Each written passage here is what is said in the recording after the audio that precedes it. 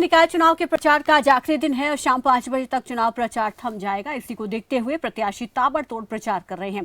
हर प्रत्याशी अपने अपने वादे लेकर जनता के बीच पहुंच रहे हैं और इसी चुनावी जंग के बीच नारनौल से हमारे संवाददाता गुलशन कुमार ने जनता से राय जानने की कोशिश की।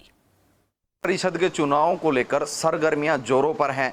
इन्हीं सरगर्मियों के बीच हर प्रत्याशी अपने अपने वादे लेकर जनता के बीच पहुंच रहा है।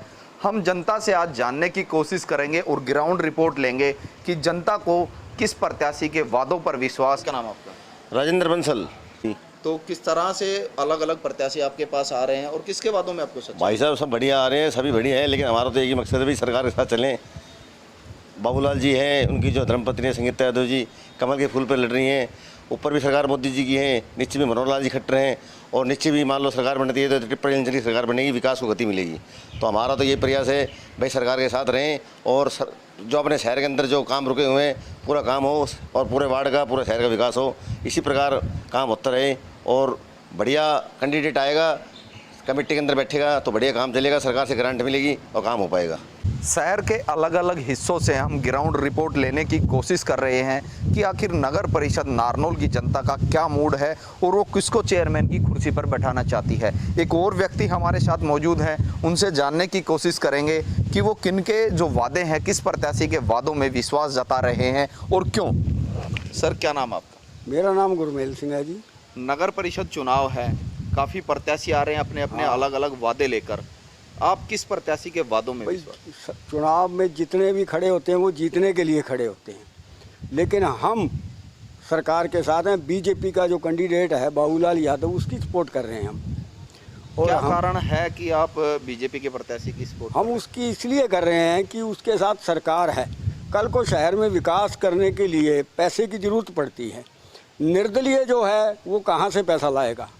पैसा तो ला नहीं सकता वो कहीं से। पैसा तो सरकार देगी और आगे भी सरकार देती आई है। और यहाँ के हमारे जो मंत्री हैं ओम प्रकाश जी, अपने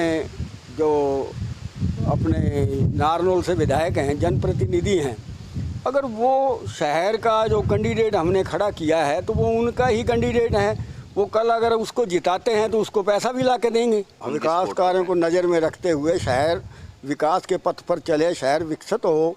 पैसा इसीलिए सरकार देती है कि शहर के अंदर विकास ज़्यादा से ज़्यादा हो। जैसे शिवर है, बिजली है, पानी है, नालियां हैं और जो नगर परिषद के अंदर आता है वो सारा सरकार के अधीन ही आता है। ये भी छोटी सरकार है और ये सरकार तो ही मदद करेगी अगर वो सरकार का बंदा होगा। बात करें, आपने कहा विकास को नज़र में रखते हुए आप वोट करेंगे। बात करें पिछले 5 सालों की।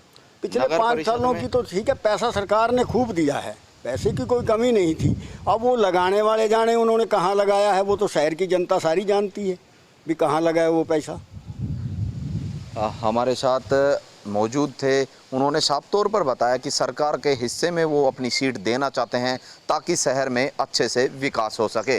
नगर परिषद चुनाव में व्यापारी वर्ग की अहम भूमिका मानी जाती है और आज हम कुछ व्यापारियों से भी बात करने की कोशिश करेंगे कि नगर परिषद चुनाव में वो किस तरफ अपना रुख करने वाले हैं। एक व्यापारी हमारे साथ मौजूद हैं, उनसे जानने की कोशिश करते हैं। नगर परिषद का चुनाव तो हम उस बीजेपी के हिसाब से हम चलना चाहते हैं। कहीं ना कहीं हम शहर में घूमे हैं तो कहीं ना कहीं हमें ये नजर आया क्या जातिगत समीकरण भी यहाँ कुछ है, लेकिन जो बीजेपी का कैंडिडेट है वो बहुत शरीफ है, बड़ा अच्छा आदमी है, मिलनसार है और उसके साथ समझ 36-35 बरादरी उसके साथ है।